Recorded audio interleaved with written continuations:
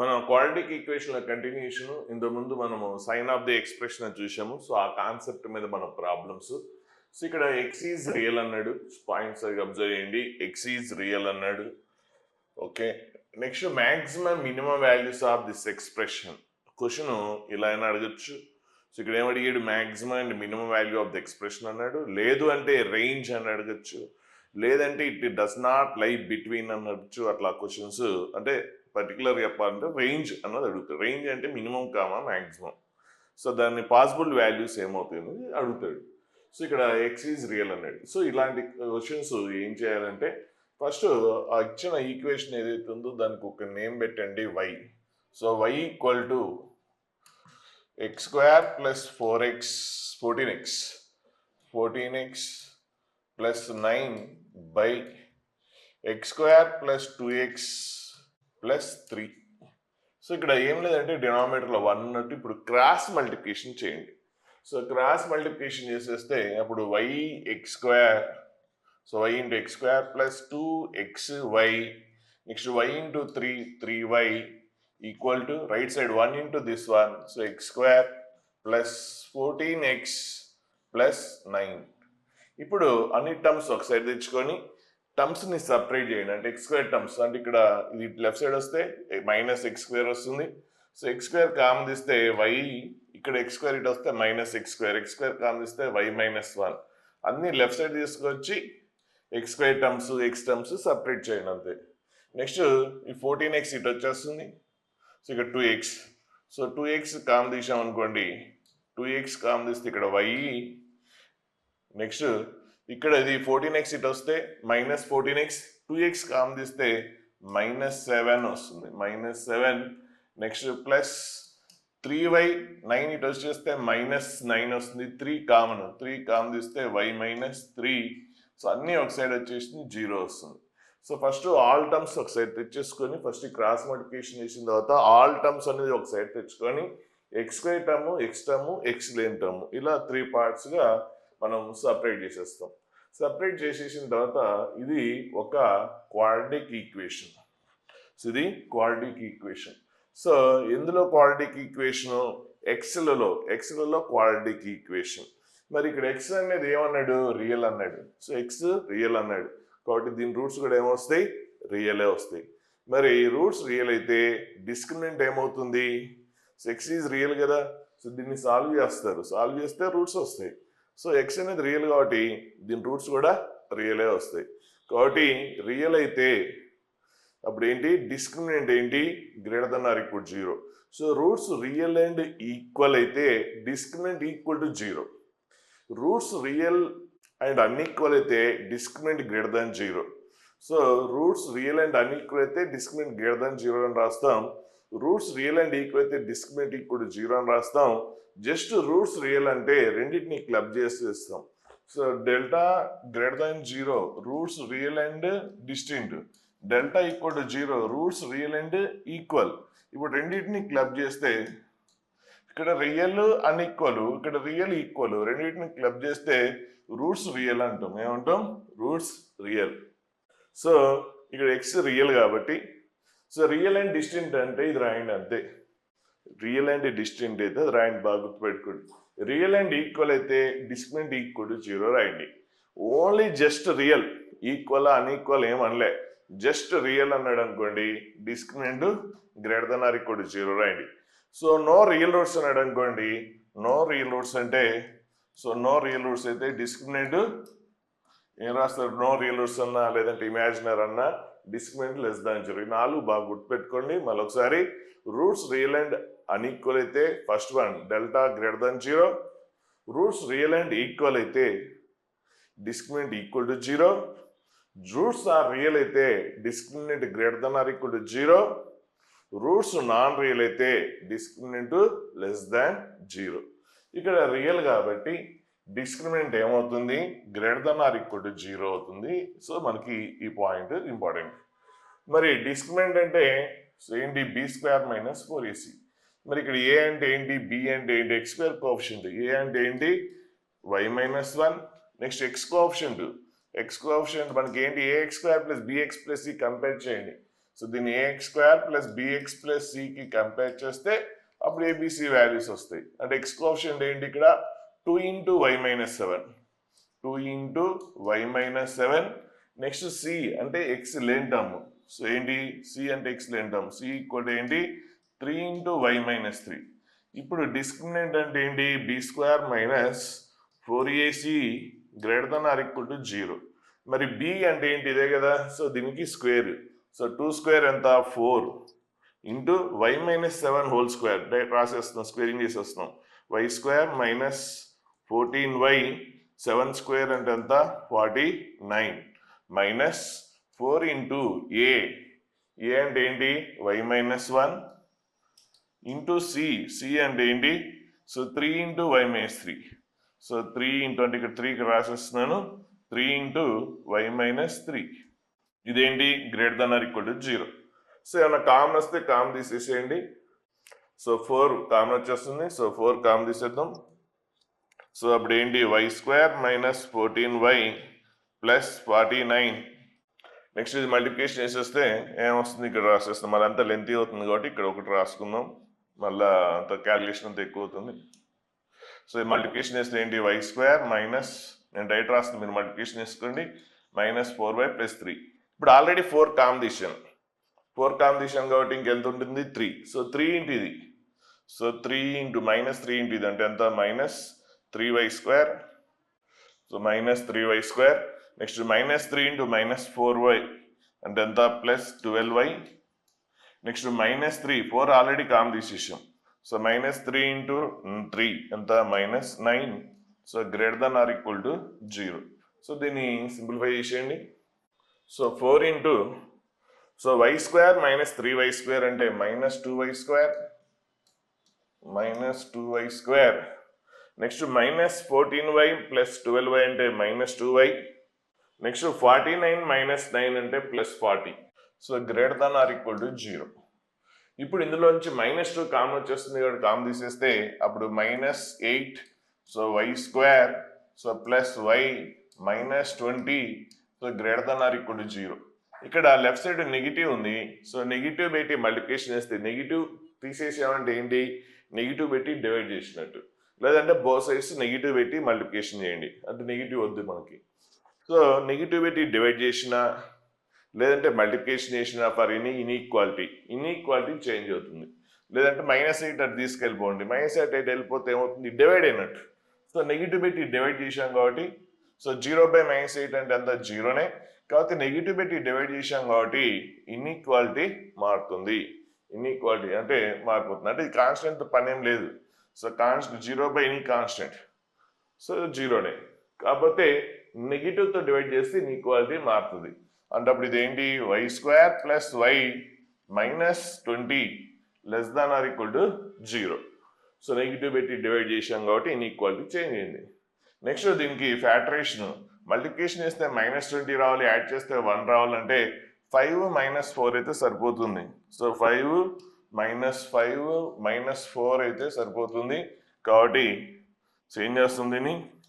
So why square plus 5y minus 4y minus 20 so less than or equal to 0. First 2 terms నుంచి y common తీస్తే y plus 5. Next 2 terms నుంచి minus 4 common తీస్తే y plus 5 less than or equal to 0. ఇప్పుడు y plus 5 common తీసేస్తే y plus 5 into ఇక్కడ y ఉంటుంది, ఇక్కడ 4 ఉంటుంది. So less than or equal to 0. So next PNP rule ప్రకారం సో క్రిటికల్ వాల్యూస్ ఏంటి మైనస్ 5 4 ఇంక్రీజింగ్ ఆర్డర్లో రాస్తే మైనస్ 5 నెక్స్ట్ 4. సో ఏంటి పిఎన్పి రూల్ తెలుసు పాజిటివ్ నెగిటివ్ పాజిటివ్. సో ఇక్కడ less than or equal to అన్నాడు కాబట్టి నెగిటివ్ ఏరియా తీసుకోవాలి. కాబట్టి ఇప్పుడు మనం నెగిటివ్ ఏరియా తీసుకుందాం. So including critical values or equal ఉంది కాబట్టి ఇంక్లూడింగ్ క్రిటికల్ వాల్యూస్. కాబట్టి ఫైనల్గా ఆన్సర్ ఏంటంటే y belongs to including critical values కాబట్టి -5, 4 ఇదేంటి range of this one. Range అడిగితే ఇది అయితే ఇక్కడ రేంజ్ అడగలే, మినిమం వాల్యూ అడిగాడు. సో ఇందులో ఇంటర్వెల్ లీస్ట్ వాల్యూ ఎంత -5 కాబట్టి మినిమం వాల్యూ ఏంటి -5 అండ్ మ్యాక్సిమం వాల్యూ ఏంటి 4. సో మ్యాక్సిమం వాల్యూ ఏంటి 4. సో నెక్స్ట్ సేమ్ ఇది క్వశ్చన్ కూడా అలాగే సేమ్ y అనుకుని క్రాస్ మల్టిప్లికేషన్ చేసి సేమ్ అక్కడ ఎలా చేసారో అలాగే చేసిన ఆన్సర్ ఇదో వస్తుంది, చెక్ చేసుకోండి. సో నెక్స్ట్ ఇప్పుడు ఈ క్వశ్చన్ చూడండి. సో ఒక ఎక్స్ప్రెషన్ ఇచ్చి నాన్ నెగిటివ్ అన్నాడు. సో నెగిటివ్ కాదు అన్నాడు. నెగిటివ్ కాదంటే అర్థం ఏంటి? సో నెగిటివ్ కాదంటే అది పాజిటివ్ అన్న అవ్వాలి, జీరో అన్న అవ్వాలి, అంతే కదా. నాన్ నెగిటివ్ అన్నాడు అంటే నెగిటివ్ కాదు. నెగిటివ్ కాదంటే ఏంటి? అయితే పాజిటివ్ అవ్వచ్చు, లేదంటే జీరో అవ్వచ్చు. సో చాలా మంది నెగిటివ్ కాదనగానే పాజిటివ్ అని రాస్తారు. నేను జీరో నెంబర్ కదా, జీరో కూడా. అది చాలా మంది మిస్టేక్ చేసేది అక్కడే, బాగా గుర్తుపెట్టుకోండి. నాన్ నెగిటివ్, నెగిటివ్ కాదు అంటే ఓన్లీ పాజిటివేనా, జీరో కూడా వస్తుంది. సో జీరో అవ్వచ్చు, లేదంటే పాజిటివ్ అవ్వచ్చు. నెక్స్ట్ పాజిటివ్ రియల్ ఎక్స్ అన్నాడు. ఇది పాయింట్ అండర్లైన్, ప్రతి పాయింట్ పిన్ పాయింటెడ్గా మీరు అబ్జర్వ్ చేయాలి. చాలా మంది దాన్ని పట్టించుకోకపోతే తర్వాత పోతుంది క్వశ్చన్. పాజిటివ్ రియల్ అన్నాడు అంటే ఎక్స్ ఏంటి? Positive real. పాజిటివ్ కాబట్టి ఏంటి? Greater than zero. Okay, then minimum value of m must be. So m minimum value కావాలి, చూద్దాం. సో దీన్ని ఎల్సిఎం తీసేసేయండి. సో ఏమొస్తుంది? డినామినేటర్ ఎక్స్ వస్తుంది. So m into x, m x square minus x plus 1 greater than or equal to 0. So ఇప్పుడు denominator x అనేది right side తీసుకెళ్ళొచ్చా అంటే జనరల్గా అయితే తీసుకెళ్ళకూడదు. సో ఇక్కడైతే తీసుకెళ్ళచ్చు. So m x square minus x అంటే ఎక్స్ పెట్టి బోత్ సైడ్స్ మల్టిప్లికేషన్ చేసాం. సో అప్పుడు 0 ఇంటూ ఎక్స్ ఎంత? 0. 0 ఇంటూ ఎక్స్ ఎంత? 0. జనరల్గా తీసుకెళ్ళకూడదు, కానీ ఇక్కడ తీసుకెళ్ళచ్చు. ఎందుకంటే ఇది క్లియర్గా పాజిటివ్ అన్నాడు కదా. సో అది పాజిటివ్ నెగిటివ్ తెలియకుండా ఎప్పుడు కూడా ఒక ఇన్ఈక్వాలిటీని బోత్ సైడ్స్ మల్టిప్లికేషన్ చేయకూడదు. డినామినేటర్ ఏదైతే ఉందో దాన్ని పెట్టి బోత్ సైడ్స్ మల్టిప్లికేషన్ చేయకూడదు. ఎందులో? ఇన్ఈక్వాలిటీలో. ఎప్పుడు? అది పాజిటివ్ నెగిటివ్ క్లారిటీ లేనప్పుడు. క్లియర్గా పాజిటివ్ అని తెలిస్తే చేయొచ్చు. ఇన్ఈక్వాలిటీ ఏముందో అలాగే ఉంటుంది, ఏమీ మారదు. క్లియర్గా డినామినేటర్ నెగిటివ్ అని తెలిసినా కూడా చేయొచ్చు. కాకపోతే డినామినేటర్ నెగిటివ్ అని తెలిసింది కాబట్టి దాంతో మల్టిప్లికేషన్ చేశారు. అంటే అర్థం ఏంటి? డినామినేటర్ ఏదైతే ఉందో దాంతో మల్టిప్లికేషన్ చేశారు. అది నెగిటివ్ అని డిసైడ్ చేశారు కదా. నెగిటివ్ అని డిసైడ్ చేశారు అంటే మీరు మల్టిప్లికేషన్ చేస్తుంది బోత్ సైడ్స్ ఏంటి? నెగిటివ్ నెంబర్ పెట్టి మల్టిప్లికేషన్ చేస్తున్నారు. సో ఒక నెగిటివ్ పెట్టి మల్టిప్లికేషన్ చేస్తే ఇన్ఈక్వాలిటీ ఏమవుతుంది? చేంజ్ అవుతుంది. నెగిటివ్ పెట్టి మల్టిప్లికేషన్ చేస్తే ఇన్ఈక్వాలిటీ చేంజ్ అవుతుంది. అంటే ఒకవేళ ఇక్కడే క్వశ్చన్లో ఎక్స్ లెస్ దాన్ 0 అన్నాడు అనుకోండి, అప్పుడు ఇది నెగిటివ్. సో మీరు బోత్ సైడ్స్ ఎక్స్ పెట్టి మల్టిప్లికేషన్ చేశారు అంటే అర్థం నెగిటివ్ పెట్టి మల్టిప్లికేషన్ చేసినట్టు. నెగిటివ్ పెట్టి మల్టిప్లికేషన్ చేస్తే ఇన్ఈక్వాలిటీ మారుతుంది. గ్రేటర్ దాన్ ఉంటే లెస్ దాన్ అవుతుంది, లెస్ దాన్ ఉంటే గ్రేటర్ దాన్ అవుతుంది. ఆ పాయింట్ బాగా గుర్తుపెట్టుకోండి. పాజిటివ్ అన్నా కూడా మల్టిప్లికేషన్ చేయొచ్చు, కాకపోతే ఇన్ఈక్వాలిటీ ఏమీ మారదు. అది పాజిటివ్ నెగిటివ్ తెలియకుండా మాత్రం మల్టిప్లికేషన్ చేయొద్దు. సో ఇక్కడ పాజిటివ్ తెలిసింది కాబట్టి ఓకే, తీసుకెళ్ళచ్చు. సో నెక్స్ట్ ఇది quadratic expression always greater than or equal to 0. ఒక quadratic expression always greater than or equal to 0 ఎప్పుడవుతుంది? So ax square plus bx plus c. So ఒకవేళ ఇది చూద్దాం ఫస్ట్. ఒక క్వాడ్రాటిక్ ఎక్స్ప్రెషన్ ఆల్వేస్, ఇక్కడ x belongs to r అన్నాడు కదా. So x is ఏమన్నాడు? Real, greater than 0. So greater than 0 అంటే కూడా రియలే కదా. కాబట్టి ఇక్కడ x ఏంటి? రియల్. సో x రియల్ వాల్యూస్కి ఇది greater than or equal to 0. అంటే రియల్ నెంబర్స్ అంటే అన్ని ఉండాల్సిన అవసరం లేదు. అంటే మీరు ఏమనుకుంటారంటే రియల్ అయితే మొత్తం అన్ని రియల్ అని కాదు. ఎక్స్ అనేది రియల్ అవ్వాలి అంతే. అంటే కొన్ని వాల్యూస్ మిస్ అయినా ఏం కాదు. ఎక్స్ గ్రేటర్ దాన్ 0 కూడా రియల్ నెంబర్సే కదా. కాబట్టి X real, X positive. So దీని రూట్స్ కూడా ఏమొస్తాయి? రియలే వస్తాయి. కాబట్టి ఎక్స్ రియల్ అన్నాడు కాబట్టి రూట్స్ కనుక్కున్నా కూడా రియలే వస్తాయి. రూట్స్ రియల్ అయితే ఫస్ట్ దీన్ని చూద్దాం. ax square plus bx plus always greater than 0 ఎప్పుడవుతుంది? మీకు ఇంత ముందు సైన్ చూసాం. ఏ అనేది పాజిటివ్ అవ్వాలి, డిస్క్రిమినెంట్ నెగిటివ్ అవ్వాలి, అంతే కదా. అక్కడ మనం ఇంతకుముందు డిస్కస్ చేసింది డిస్క్రిమినెంట్ ఏ ఎక్స్ప్రెషన్. సో ఇవి డిస్క్రిమినెంట్ నెగిటివ్ అయితే సో ఏ కూడా నెగిటివ్ అయితే ఇది కూడా ఖచ్చితంగా నెగిటివ్ అవుతుంది. డిస్క్రిమినెంట్ నెగిటివ్ అయ్యి ఇది పాజిటివ్ అయితే ఇది కూడా పాజిటివ్ అవుతుంది. సో ఇప్పుడు a x square plus bx plus ఏంటి పాజిటివ్. సో ఇందులో ఏది ఒకటైనా మిగిలిన రెండు అవ్వాలి అని చెప్పాం. ఫర్ ఎక్స్ ఈజ్ రియల్ అయినప్పుడు ఇందులో ఈ 3 కాలమ్స్లో ఒకటైతే ఆటోమేటిక్గా థర్డ్ వన్ అవ్వాలి. సో ఇక్కడ a x square plus bx plus c ఏంటి పాజిటివ్ కాబట్టి అప్పుడు ఈ లైన్లో ఉన్న రిమైనింగ్ 2 ఏంటి డిస్క్రిమినెంట్ నెగిటివ్ అవ్వాలి. ఏ అనేది ఏం కావాలి పాజిటివ్ అవ్వాలి. అదేగా రాసింది. సో ఏ పాజిటివ్ డిస్క్రిమినెంట్ ఏంటి నెగిటివ్. అదే a x square plus bx plus c a x square plus bx plus c less than 0 అయితే అప్పుడు ఇక్కడ చూడండి a x square plus bx plus c negative అయితే అప్పుడు ఆ లైన్ అప్పుడు ఏం కావాలి ఏ కూడా నెగిటివ్ అవ్వాలి డిస్క్రిమినెంట్ కూడా నెగిటివ్ అవ్వాలి. So next a x square plus bx plus ఇక్కడ ఆర్ ఈక్వల్ ఉంటే ఇక్కడ ఆర్ ఈక్వల్ పెట్టండి అంతే. ఆర్ ఈక్వల్ ఉంటే ఇక్కడ కూడా ఆర్ ఈక్వల్ ఉంటే ఇక్కడ కూడా ఆర్ ఈక్వల్ పెట్టండి. ఆర్ ఈక్వల్ ఉంటే ఆర్ ఈక్వల్ పెట్టండి. అదొక్కటి గుర్తుపెట్టుకోండి.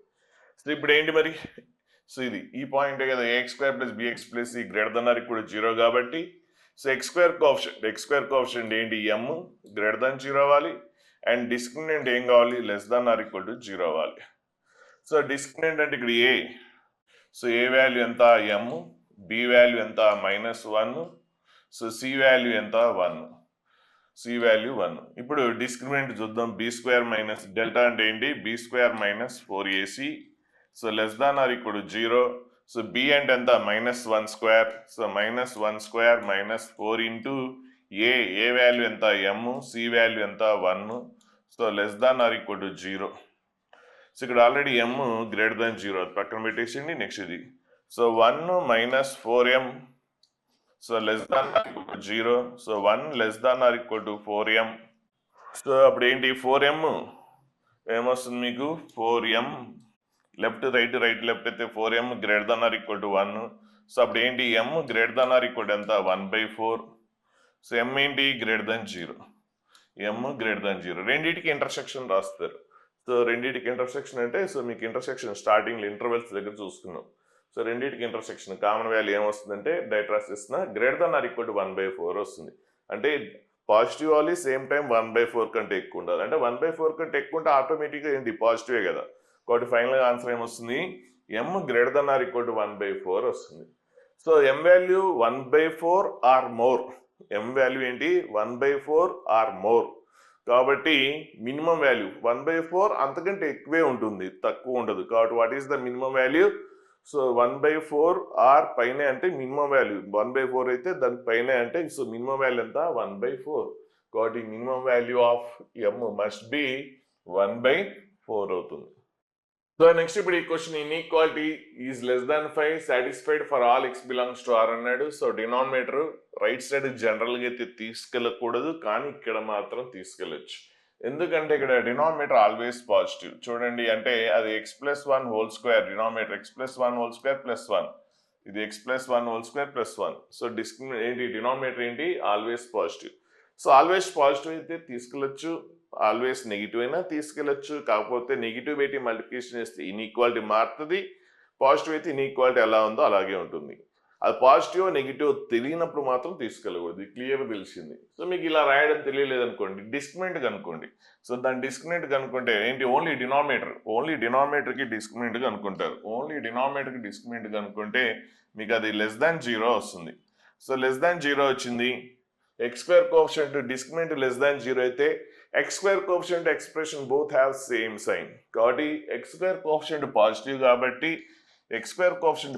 కాబట్టి ఎక్స్ప్రెషన్ కూడా ఏమవుతుంది పాజిటివ్ అవుతుంది. ఎప్పుడు డిస్క్రిమినెంట్ లెస్ దాన్ 0 అయితే a and a x square plus bx plus c both have same sign. ఇక్కడ ఏ అంటే x square coefficient already positive కాబట్టి ఎక్స్ప్రెషన్ కూడా ఆల్వేస్ పాజిటివ్ అవుతుంది. ఇప్పుడు డినామినేటర్ మనకి క్లియర్గా ఆల్వేస్ పాజిటివ్ అని తెలిసిపోయింది కాబట్టి సో ఇప్పుడు మనం తీసుకెళ్ళచ్చు. ఒకవేళ తెలియకపోతే ఏం చేయాలి 5నే లెఫ్ట్ సైడ్ తీసుకొచ్చి ఎల్సిఎం చేస్తాం. సో అప్పుడు ఏంటిది mx² plus 3x plus 4 so less than or equal to లేదు ఇక్కడ sorry. So 5 into x² 5x² plus 10x plus 10. So ఇటు వచ్చేస్తే అప్పుడు ఏంటి x² కామన్ తీసేసి ఇటు వచ్చేస్తుంది. సో x² కామన్ తీస్తే m - 5 into x² next plus 3x 10x ఇటు వస్తే minus 7x, so minus 7x. Next 4 minus 10 minus 6, so less than 0, so less than 0. So ఇది వచ్చింది. ఇప్పుడు ఈ quadratic expression always less than 0. ఒక quadratic expression always less than 0 ఎప్పుడవుతుంది? x is belongs to r అన్నాడు కదా, so ఇదేంటి x is belongs to r అన్నాడు, less than 0 అన్నాడు. So expression always less than 0 అవ్వాలంటే ఏం కావాలి? సో డిస్క్రిమినెంట్ నెగిటివ్ అయినప్పుడు ఇంతకుముందు డిస్కస్ చేసాం కదా కాలమ్స్, అది ఏమవుతుంది? Expression x square coefficient both have same అవుతుంది. మరి ఇక్కడ ఆల్రెడీ ఎక్స్ప్రెషన్ నెగిటివ్ కాబట్టి ఎక్స్ స్క్వేర్ కోఎఫిషియంట్ కూడా ఏం కావాలి? నెగిటివ్ అవ్వాలి. ఎక్స్ స్క్వేర్ కోఎఫిషియంట్ కూడా నెగిటివ్ అవ్వాలి. సో మళ్ళీ ఒకసారి ఇంతకుముందు delta a x square plus bx plus c discriminant negative అయితే ఇది కూడా నెగిటివ్ అయితే అప్పుడు ఇది కూడా నెగిటివే అవుతుంది. నెక్స్ట్ ఒకవేళ డిస్క్రిమినెంట్ నెగిటివ్ ఉండి ఇది పాజిటివ్ అయితే ఇది కూడా పాజిటివ్ అవుతుంది. సో ఇప్పుడు మనకి ఇక్కడ ఏమన్నాం? ఇది నెగిటివ్ అన్నాం కాబట్టి ఇంకా రిమైనింగ్ 2 ఏంటి? డిస్క్రిమినెంట్ నెగిటివే. సో డిస్క్రిమినెంట్ నెగిటివే, ఎక్స్ స్క్వేర్ కోఎఫిషియంట్ కూడా నెగిటివే. సో ఎక్స్ స్క్వేర్ కోఎఫిషియంట్ ఏంటి? m-5 negative. సో దీని నుంచి m లెస్ దాన్ 5 వస్తుంది, సో దాని పక్కన పెట్టేసింది. Next discriminant, so b square minus 4ac. B square అంటే ఏంటి ఇక్కడ? So minus 7 square 49 minus 4a. A అంటే ఎంత? X square coefficient m-5 into c అంటే ఏంటి? -6. సో ఏం కావాలి? లెస్ దాన్ 0 అవ్వాలి. So 49 minus 4 into minus 6 plus 24, so plus 24m minus 120, so less than 0. So 24m minus 71 less than 0, so 24m less than 71, so m less than 71 by 24. So దీనికి intersection, రెండింటికి intersection చెప్పాలి. m less than 5 and m less than 71/24. రెండింటికి intersection అంటే number line draw చేయండి identify చేయలేకపోతే. So 5 71/4 5 కంటే less మోరా check చేసుకోండి. 5 కంటే లెస్ కాబట్టి దీని నుంచి ఏంటి? m లెస్ దాన్ 71/4 అంటే 71/4కి లెఫ్ట్ సైడ్. దీని నుంచి ఏంటి? m లెస్ దాన్ 5 అంటే 5కి లెఫ్ట్ సైడ్. సో రెండింటికి కామన్ ఆన్సర్ ఏంటి? ఇదే కదా. సో కామన్ ఆన్సర్ ఏంటి? m less than 71/4. కాబట్టి ఆన్సర్ ఏంటి? m less than 71/4. సో ఇప్పుడు ఈ క్వశ్చన్ కూడా సేమ్ అలాంటిదే కాబట్టి నేను డైరెక్ట్గా ఎక్స్ప్లెయిన్ చేసేస్తాను. Same question, x is belongs to r అన్నాడు, సో కెనాట్ లై బిట్వీన్ అన్నాడు. సో ఈక్వల్ టు y అనుకుంటాం, క్రాస్ మల్టిప్లికేషన్ చేస్తాం, X square term X term excellent term separate చేస్తే ఇలా వచ్చేస్తుంది మీకు. సో ఈక్వల్ టు y అనుకొని బై 1 క్రాస్ మల్టిప్లికేషన్ చేసి X square terms X terms ఇంత ముందు సేమ్ యాస్టేజ్ చేసేస్తాం. నెక్స్ట్ ఇక్కడ x ఈజ్ రియల్ కాబట్టి సో x ఈజ్ రియల్ అయితే డిస్క్రిమినెంట్ ఏంటి? Greater than or equal to 0. x is real అయితే discriminant greater than or equal to 0. So discriminant కనుక్కుంటారు. So b² - 4ac simplification చేసేయండి, అప్పుడు ఏమొస్తుంది మీకు? సో ఇది వస్తుంది, greater than or equal to 0 వస్తుంది. ఫ్యాక్టరైజేషన్ చేస్తారు.